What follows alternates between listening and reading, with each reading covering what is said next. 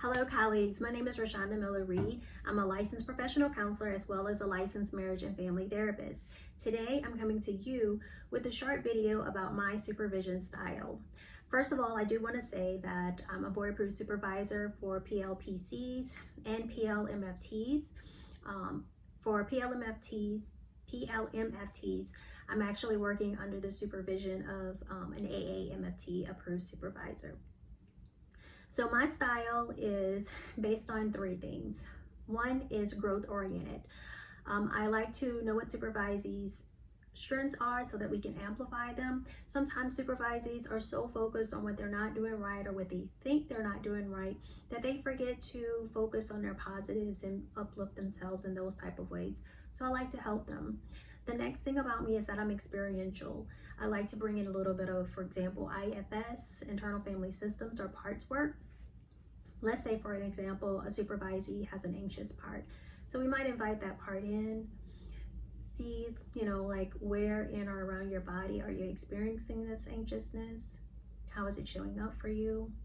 How do you feel towards this anxious part of yourself, right? So that's just a little bit to show you how that might look. But then we eventually ask that part to soften back so that supervisees can be more present with their clients.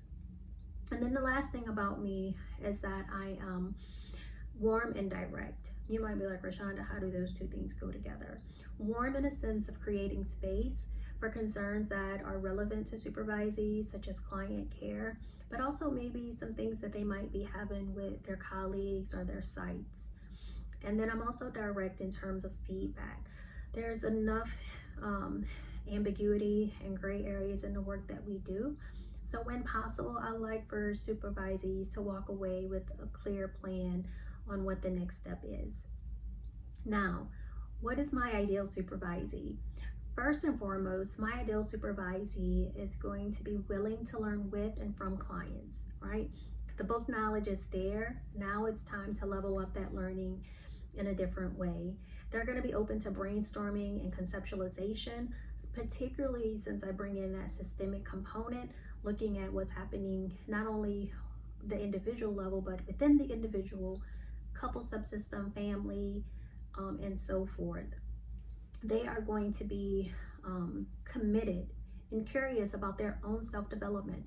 I think about supervisees as, sometimes we need special tools to do special projects around the house, but tools have to be stored properly, they have to be oiled, they have to be sharpened, and so do supervisees and supervisees. We all need to infuse that self-care. And another component of self-care is like a sense of humor, right? Just bringing in some liveliness, some fun, because our work can be so serious and so heavy at times that sense of humor is really relevant.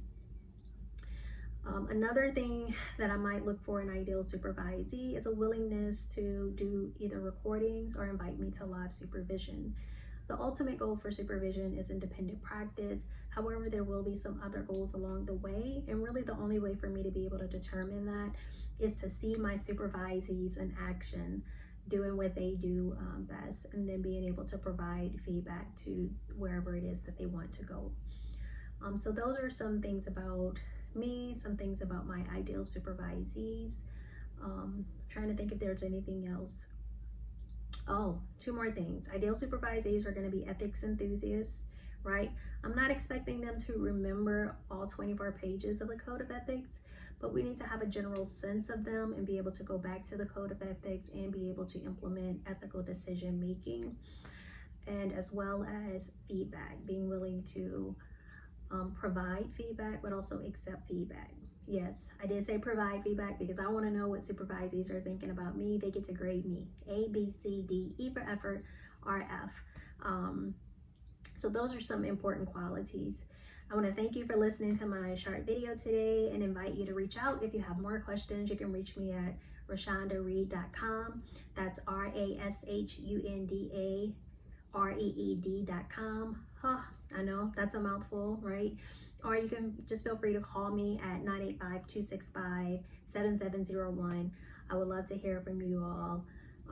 And I just wish you all the best on your own counseling journey, and hopefully our paths will cross later. Bye.